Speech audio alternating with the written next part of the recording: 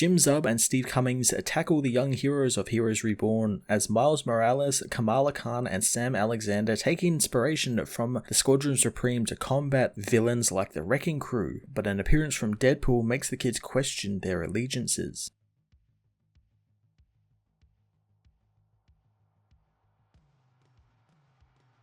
Jim Zub returns to the Champions here and gives them an alternate reality spin, redoing the three young heroes' origins through the DC Comics lens which this entire event is viewed through. I enjoyed the alternate take on the teens' heroic beginnings, but apart from that, I wasn't really a fan of the issue, mainly because everything felt really coincidental. Much of the back part of the issue, which is like the actual plot of the issue, is about Deadpool taking Falcon because the original Falcon died, so the new one must as well, to keep the balance. It's a basic Deadpool madness sort of shtick that was fine, but it was how the other heroes tracked Falcon, who happened to be being tracked by Rick Jones's Whisperer, who in this universe is sort of the TMZ of the world. I thought it was a kind of a lazy way to keep the story going, that they just happened to be tracking Falcon and he's the one who just happened to be kidnapped, so they were able to go and find him. And the ending though, with the kids deciding to become champions thanks to realizing the heroes they base themselves on are kind of evil, was a little strange, especially since surely they would have noticed beforehand and questioned what they were doing before then, since these are all pretty smart characters. Steve Cummings' artwork for the issue was pretty great, and I like all of the Heroes Reborn tie-ins are full of great new spins on familiar characters. And here we got 3 totally new costumes for the characters, which all looked fantastic and invoked their favourite Squadron member really well. Heroes Reborn Young Squadron issue 1 was a kind of middling tie-in to a larger universe, and while the changed up origins of the 3 young heroes and Deadpool's involvement was pretty great and filled with great DC Comics archetypes, the actual plot felt rather coincidental and rushed to get to that final page and return the characters back into the toy box from whence they came. I'm going to give this issue a 6 out of 10.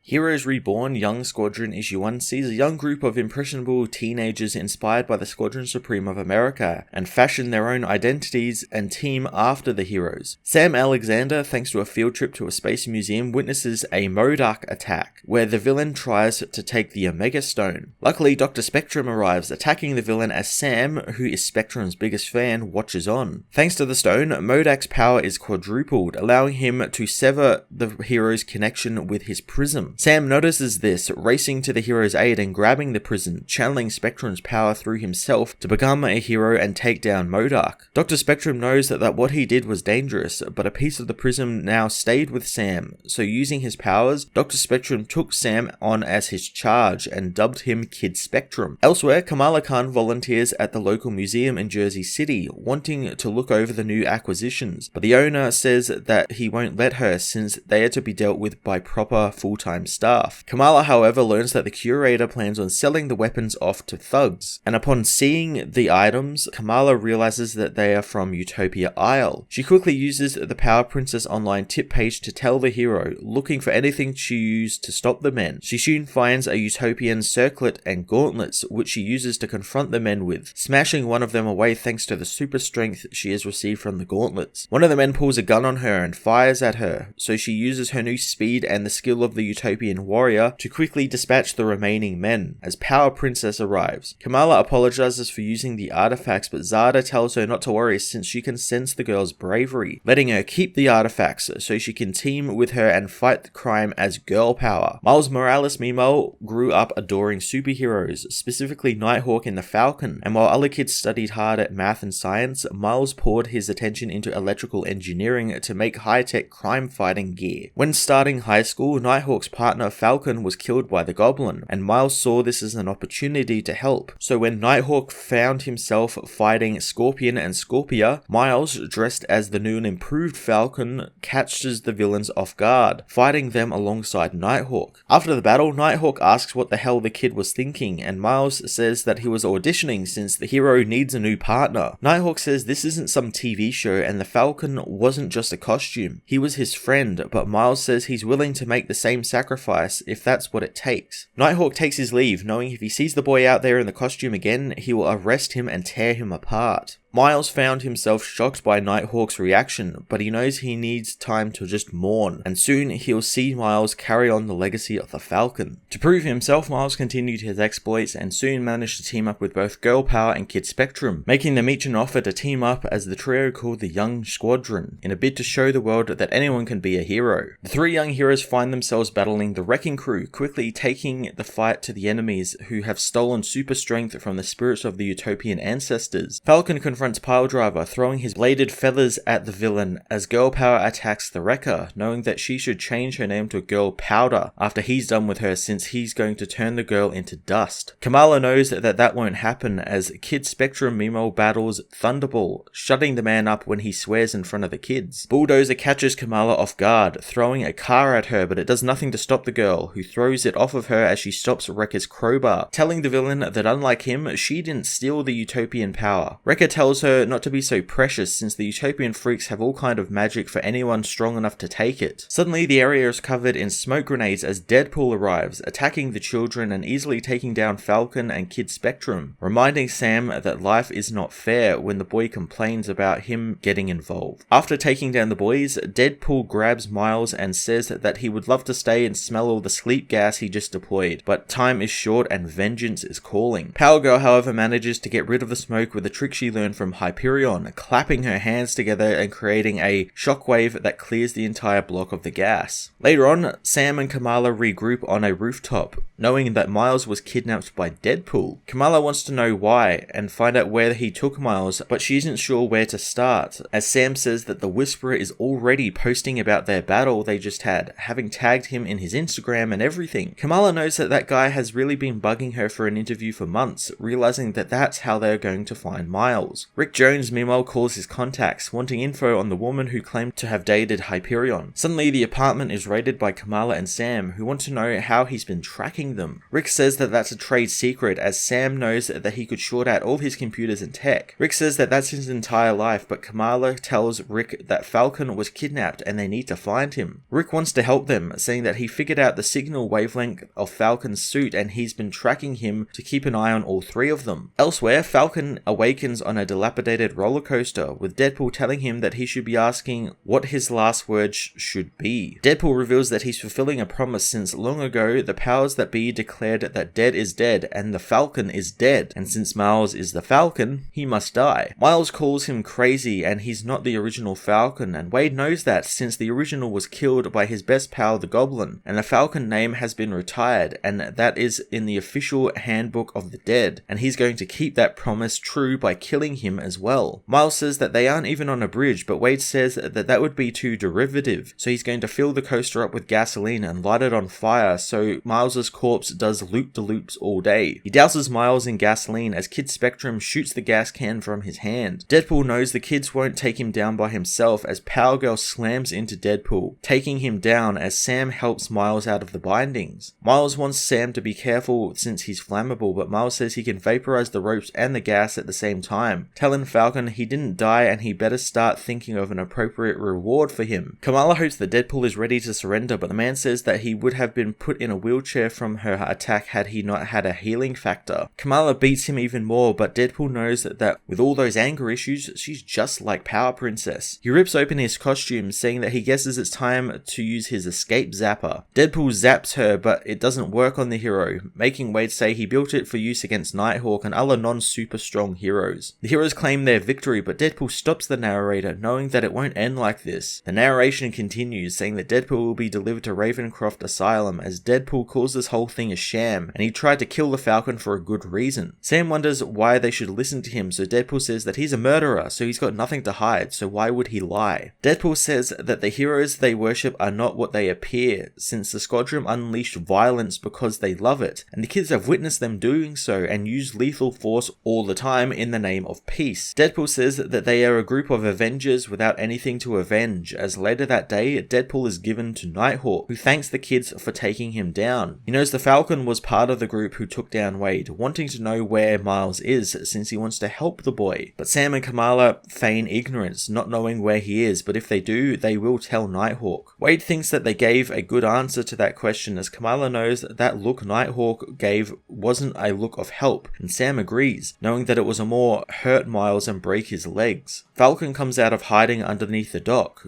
knowing that Deadpool was right about the squadron losing control and trying to justify it afterwards. Sam asks what they should do now, but Kamala knows that they can't just bring them to justice themselves, so they'll need to find another way, and they have to stand for something more than power. The team decide that from that day on, they'll stop being Young Squadron, and instead they'll become champions.